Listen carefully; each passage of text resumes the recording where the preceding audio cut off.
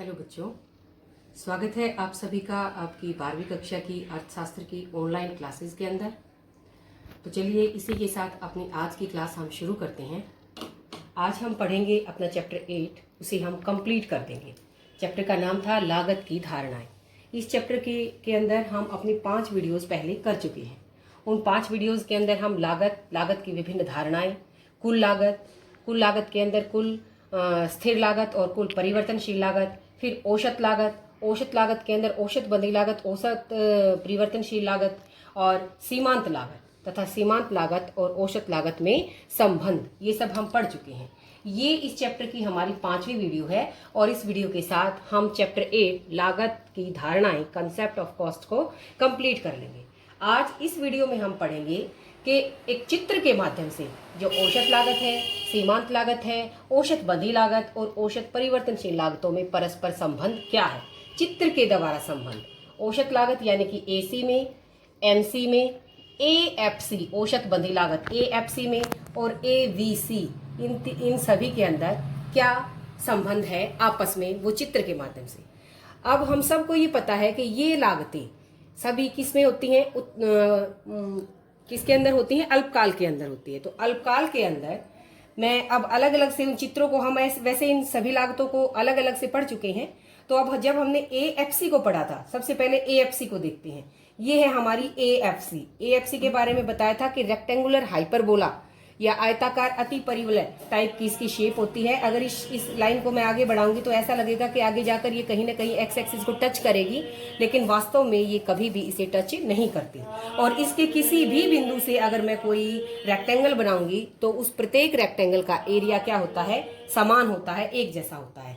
तो ये हमारी एएफसी का आकार हो गया। इसके बाद एवीसी, ये एवीसी है, ये रही, ये एवीसी है। इस एएफसी और एवीसी को जोड़ने से हमारी क्या आती है, एसी आती है, औसत लागत आती है। तो एएफसी ये वाली और एवीसी ये वाली, ये जुड़ेंगी। अब ये देखिए, ये यहाँ से नीचे घट रही हैं, फिर यहाँ के बाद ये दोनों बढ़ रही हैं, तो दोनों मिलाकर क्या बना देंगी, यू शेप की। इसका और ये एएफसी और ये एवीसी, इन दोनों के जोड़ से हमारी ये बन जाएगी एसी, जिसे हम क्या कहते हैं, औसत लागत कहते हैं। तो औसत लागत किस आकार की होती है ये मैं पहले बता भी चुकी हूँ, यू शेप की होती है। पहले गिरती हुई, फिर निम्नतम स्तर पर पहुंचकर और ऊपर की ओर बढ़ती हुई औसत लागत। अब देखते हैं सीमांत लागत। सीमांत लागत के बारे में हमने अपनी इससे पहली जो चौथी वीडियो थी उसी के अंदर पढ़ा था कि जब एसी और एमसी दोनों गिरते हैं तो एमसी तेजी से गिरती है। तो इसलिए अब ये वाला भाग जो दोनों का गिरने वाला है, तो दोनों तेजी से, एमसी हमेशा क्या रहेगी, एसी के नीचे रहेगी। कब, जब वो गिरेंगी।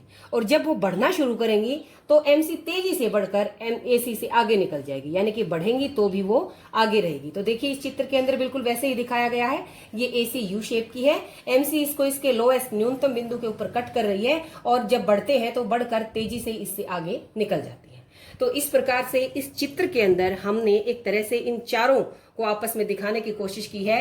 एएफसी रेक्टेंगुलर हाइपरबोला, एवीसी ऐसे इस तरह से इन दोनों का जोड़, एसी जो है वो क्या है, इन दोनों का जोड़ है, और एमसी एसी को उसके न्यूनतम लोएस्ट पॉइंट के ऊपर कट कर रही है। घटते टाइम वो तेजी से घटती है, बढ़ते टाइम वो तेजी से बढ़ती है। तो ये चित्र के माध्यम से एसी, एमसी, एएफसी और एवीसी के अंदर परस्पर संबंध। अब हम आगे चैप्टर के अंदर है टीसी यानी कि कुल लागत और सीमांत लागत के अंदर आपस में क्या संबंध है, टीसी और एमसी में आपस में क्या संबंध है। इससे पहले जो हमारा उत्पादन का चैप्टर आया था वहां पर हमने टीपी और एमपी के बीच में संबंध को पढ़ा था। टीपी और एमपी के बीच में जो संबंध होता है, एक तरह से उसके उलट इनके बीच में संबंध होता है। आप लोगों को ध्यान होना चाहिए कि जब मैंने एमपी बनाया था तो एमपी को हमने कैसे बनाया था, एमपी और एपी को हमने इस तरह से बनाया था। ये थी हमारी एमपी, पहले बढ़ती है तेजी से बढ़कर, फिर शून्य भी होएगी और फिर ऋणात्मक भी हो जाती है। और ऐसे ही हमने ये इसको बनाया था एपी को। एपी कभी भी क्या नहीं हुई थी, कभी भी शून्य नहीं होती, इस तरह से बनाया था। और एपी को जो ये एमपी होता है, ये उसके उच्चतम बिंदु पर कट करता है। अगर आप ध्यान से देखें तो एमपी और एपी का उलट होता है एसी और एमसी। देखो एपी और एमपी दोनों उल्टे यू शेप की हैं और ये सुलटे यू शेप की है, एक दूसरे के अपोजिट हो गई। दूसरा, यहाँ पर एपी को एमपी कहाँ पर कट कर रहा था, उसके अधिकतम बिंदु के ऊपर, और यहाँ पर उसके न्यूनतम बिंदु पर। तो एक तरह से क्या है, ये एक दूसरे के विपरीत है। जो उत्पादन होता है उसका उल्टा, उतना जितना अधिक उत्पादन होएगा उतनी ही अधिक लागत होएगी। तो इस तरह से जो लागतें होती हैं और जो उत्पादन होता है वो एक तरह से एक दूसरे के अपोजिट होते हैं। ये उल्टे यू शेप की होती हैं, ये उल्टे यू शेप की होती हैं। अब हम इन दोनों के बीच में संबंध को देखते हैं, कुल लागत और सीमांत लागत। तो पहला संबंध क्या है कि जो सीमांत लागत है उसका अनुमान या उसकी गणना हम किससे कर सकते हैं, टीसी से कर सकते हैं। ये इसका फार्मूला है, हमें पता है।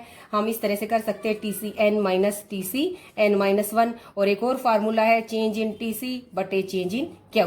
तो इस तरह से जो एमसी है उसकी गणना किससे लगा सकते हैं, टीसी से। तो ये इन दोनों के बीच में पहला संबंध है। दूसरा संबंध अभी मैं ऊपर बता चुकी हूँ कि जब एमसी घटती है, जब एमसी क्या होगी, घटेगी, तो टीसी घटती दर से बढ़ती है। यानी कि जो एमसी होती है वो एक तरह से टीसी की रेट होती है, दर होती है।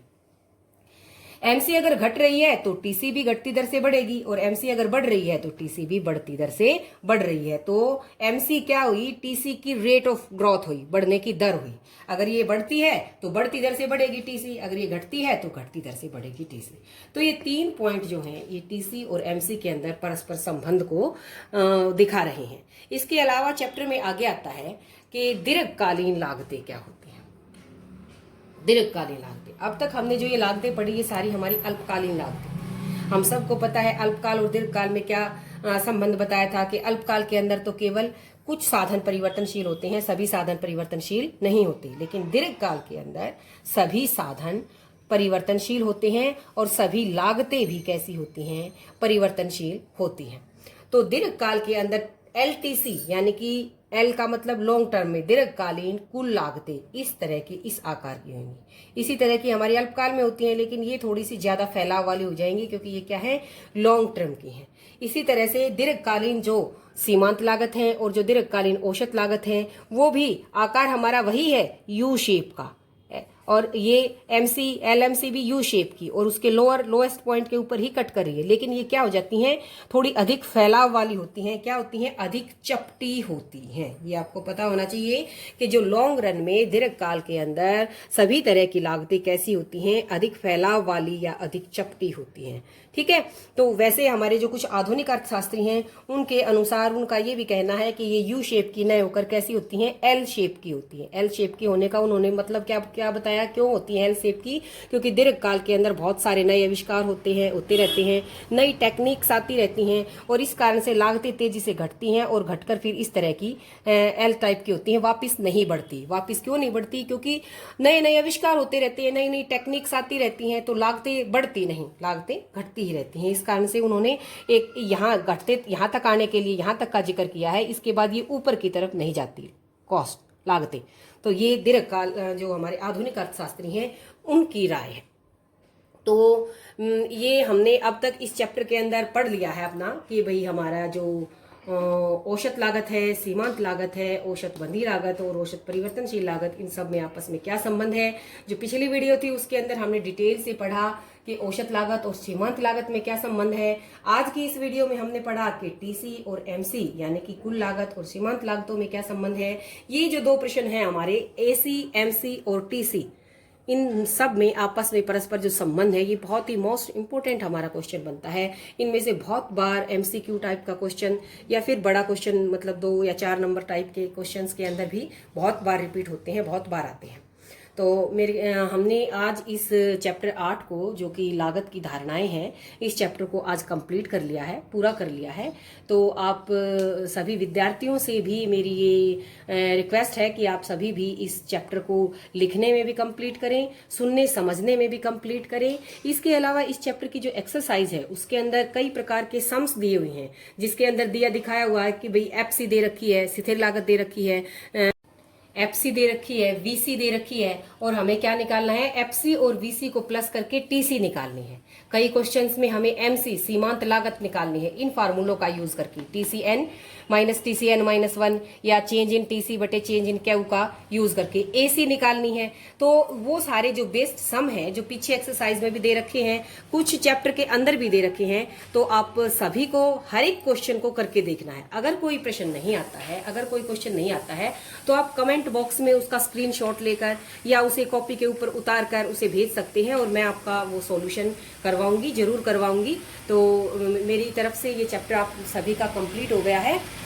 आज के लिए इतना ही। आप सभी का बहुत बहुत धन्यवाद।